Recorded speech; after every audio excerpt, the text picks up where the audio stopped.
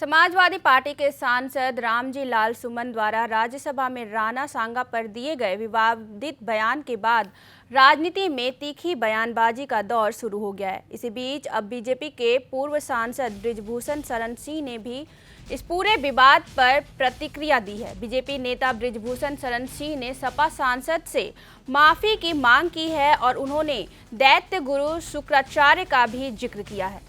बृजभूषण शरण सिंह ने अपने x account पर वीडियो पोस्ट कर कहा कि देखिए, लगता है कि कुछ समाजवादी पार्टी के नेताओं के शरीर में दैत्य गुरु शुक्राचार्य की आत्मा बसी है और इस बयान का क्या परिणाम होगा, इसकी चिंता सांगा के परिवार को या राजपूत समाज को करने की जरूरत नहीं।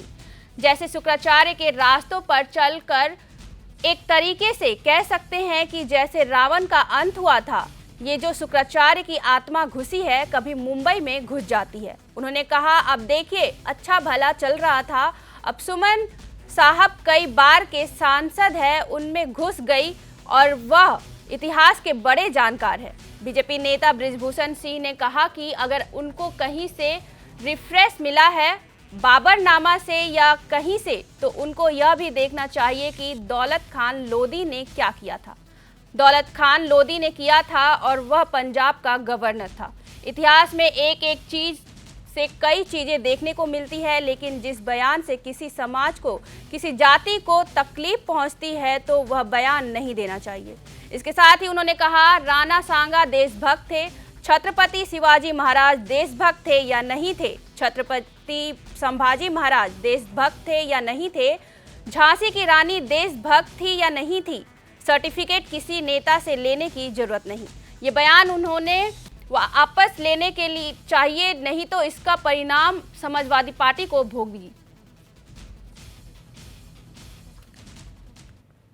देखिए, लगता है कि कुछ समाजवादी पार्टी के नेताओं के शरीर में दैत्य गुरु शुक्राचार्य की आत्मा बसी है और इस बयान का क्या परिणाम होगा, इसकी चिंता सांगा के परिवार को या राजपूत समाज को करने की जरूरत नहीं है।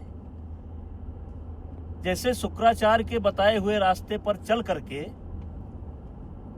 एक तरीके से कह सकते हैं कि रावण का अंत हुआ था, तो ये जो शुक्राचार्य की आत्मा घुसी है, कभी बॉम्बे में घुस जाती है। अब देखिए, अच्छा भला चल रहा था, अब सुमन साहब कई बार के सांसद हैं, उनमें घुस गई और वो बड़े इतिहास के जानकार हैं।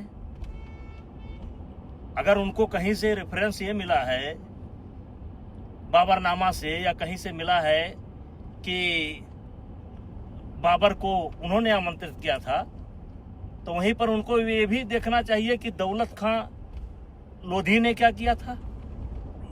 और दौलत खां लोधी ने इब्राहिम लोधी के विरोध में किया था, वो पंजाब का गवर्नर था। तो इतिहास एक चीज पर कई चीजें इतिहास में देखने को मिलती हैं।